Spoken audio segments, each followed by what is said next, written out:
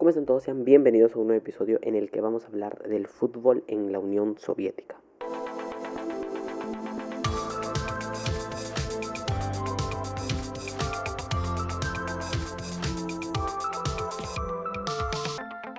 Bien, el fútbol soviético es, creo yo, más importante de lo que podemos pensar.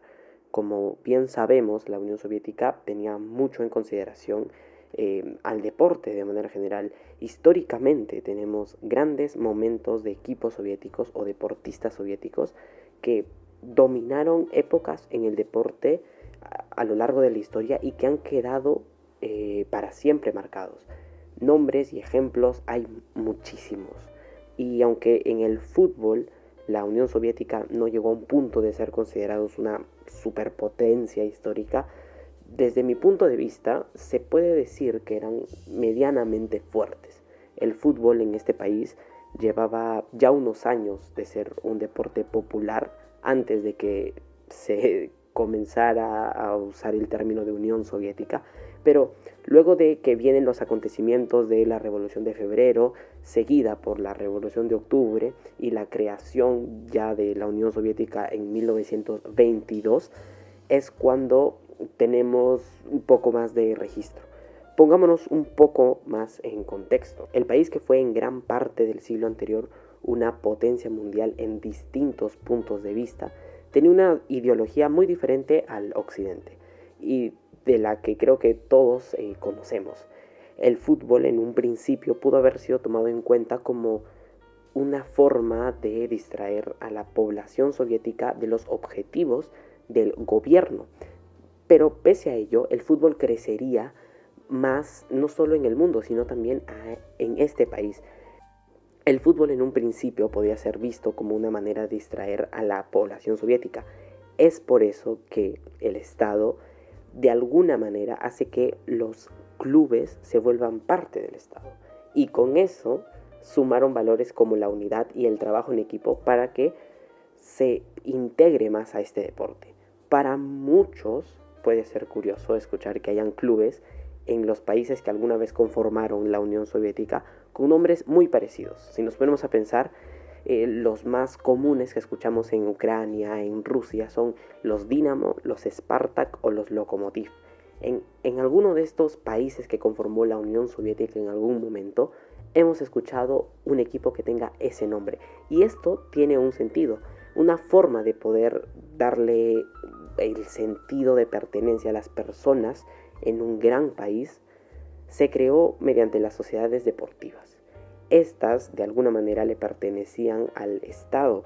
Y, por ejemplo, el Dinamo, que hemos escuchado en varios equipos, significaba que era un equipo conformado por seguridad del Estado. El equipo o los equipos que llevan CSK era defensa de Estado. Los equipos que tenían el nombre Zenit iba atribuido a la industria del armamento, y así con otros nombres conocidos como el Lokomotiv, que era sobre la industria ferroviaria, el Spartak, que era un comercio un poco más grande, era comercio, cooperativa, servicios públicos, alimentos, transporte, un poco más general. Y otro nombre, que es también muy famoso, es el Torpedo, que estaba enfocado a la industria automovilística. De alguna manera, el Estado logró darle ese sentido de pertenencia sin que hayan divisiones como tal en este país que quería unidad como país en base a su ideología.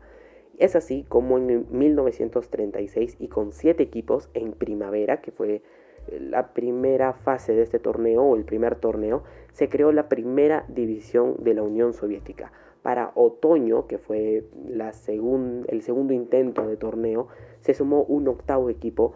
Ambos torneos se quedaron en Moscú. Primero el Dinamo de Moscú y luego el Spartak de Moscú fueron los que se quedaron con los 2 primeros títulos de primera división, que se quedaron en la capital rusa. El campeonato siguió en el 39 y en el 40 incluso llegó a tener 21 equipos compitiendo. Para 1941 la cantidad disminuyó a 15, sin embargo a mitad de junio el torneo tuvo que verse suspendido por la guerra que se estaba dando contra los nazis, la Gran Guerra Patria, que así la conocían en la Unión Soviética. Para el 45 es cuando recién comienza a jugarse una vez más la Liga de la Unión Soviética y vuelve con 24 equipos.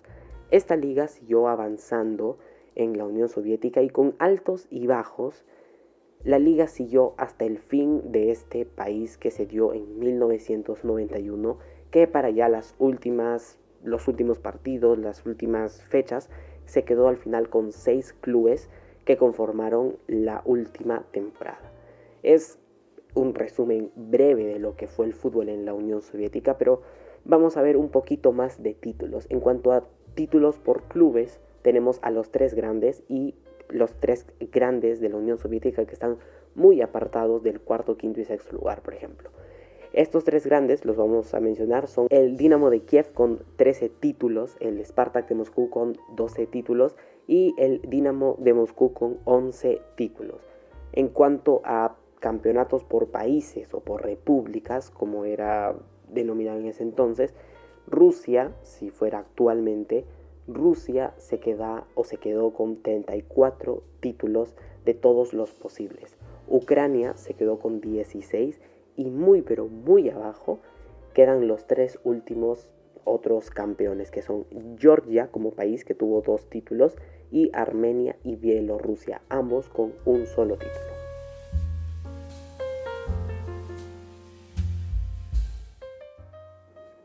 En cuanto a la selección, es una selección que no es que haya tenido la superpotencia mundial de la época, pero era un referente y llegaron a ser muy importantes en determinados puntos. La Unión Soviética se creó antes de que comenzaran a jugarse el Mundial de Fútbol, pero no fue hasta 1958 que la Unión Soviética participa por primera vez.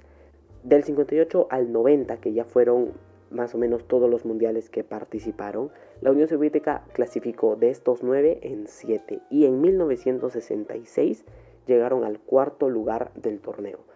En cuanto a Eurocopas, ganaron la primera Eurocopa que se jugó en 1960 y luego fueron subcampeones en el 64, en el 72 y en el 88, y en 1968 participaron también y se quedaron en semifinales. Su última participación en Eurocopas fue en la de 1992, pero no con el nombre de Unión Soviética, ya que esta había terminado en 1991, pero al ya haberse clasificado y con los países ya encima no podían mover mucho el calendario y sacar equipos, es por eso que optaron por que la Unión Soviética juegue como un equipo, pero no con el nombre de Unión Soviética, sino con el nombre de Comunidad de los Estados Independientes.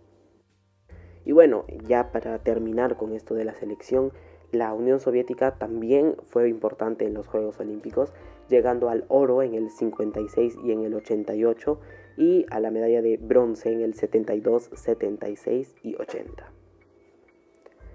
Y como sabemos también, la Unión Soviética nos dio un nombre muy importante y el único ganador del Balón de Oro que ha sido también portero, como es el caso de Lev Yashin, un portero que es muy conocido por todos, muy considerado en su época y un referente incluso para muchos porteros de hoy en día, tal vez no por el talento, porque las técnicas han cambiado mucho, sino por los resultados que su equipo, que fue en los 60s, le dieron al fútbol. Y bueno, eso ha sido todo por el episodio de hoy, un poco sobre cómo el fútbol en la Unión Soviética ha sido. Tenemos poco conocimiento, pero que sin duda ha sido muy importante y marcó una época en su momento. Y ya sin nada más que decir, nosotros nos encontramos en un próximo episodio.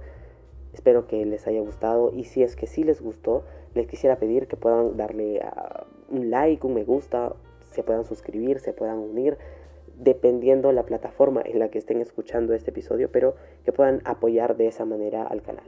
Si ya ahora sí, sin nada más que decir, nosotros nos encontramos en un próximo episodio.